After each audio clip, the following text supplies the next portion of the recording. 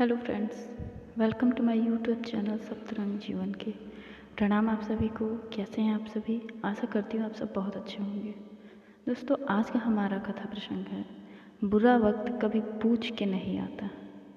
तो आइए गुरु और शिष्य की कथा सुनते हैं। गुरु आज्ञा माने नहीं, चलें अटपटी चाल, लोक वेद दोनों गए आए सिर पर काल। किसी ऋषि ने अपने शिष्य को यह सीख दी कि मुसीबत चाहे कितनी बड़ी क्यों ना हो, लेकिन भगवान पर भरोसा रखोगे तो कोई विपत्ति तुम्हारा कुछ नहीं बिगाड़ सकती।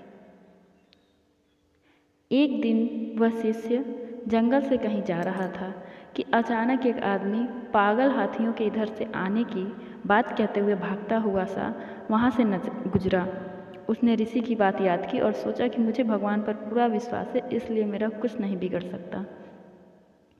थोड़ी देर बाद उसका यह विश्वास गुस्सा का रूप लेकर अपने गुरु ऋषि के सामने खड़ा था, क्योंकि जब पागल हाथी आया तो उसे धक्का देते हुए आगे बढ़ गया और गिरने से उसे थोड़ी चोट आ गई।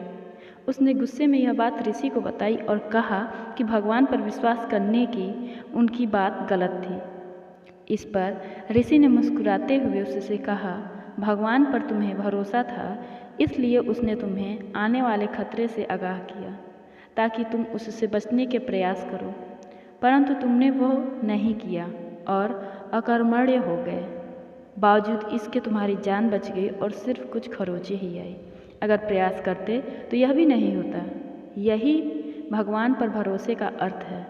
शिष्य को अपनी गलती का ज्ञान हुआ और समझ आया कि भगवान पर विश्वास का अर्थ कभी आलसी बनना नहीं होता। इसका अर्थ केवल यह है कि जिस किसी को भगवान पर भरोसा होता है उसे आने वाले खतरे का संकेत अवश्य मिलता है ताकि वह उससे बचने की तैयारी कर सके। अपने भक्तों को बचाने का यह भगवान का तरीका होता है, किंतु जो विश्वास के नाम पर कुछ करते नहीं वो वास्तव में आलसी हैं और भगवान आलसियों की मदद नहीं करते। इसलिए बुरे वक्त का संकेत मिलते ही भगवान से सही मार्ग दिखाने की प्रार्थना करते हुए उससे बचने का प्रयास करें। याद रखें, कर्मठ इंसान के सामने प्रलय भी झुक जाता है।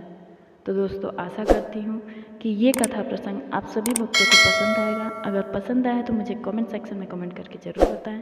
Thank you for watching my video on my YouTube channel. Keep smiling. Please like, share and subscribe my channel. मेरी और भी ऐसी वीडियोस के लिए बने रहिए मेरे चैनल सप्तरंग जीवन के साथ। Thank you for watching.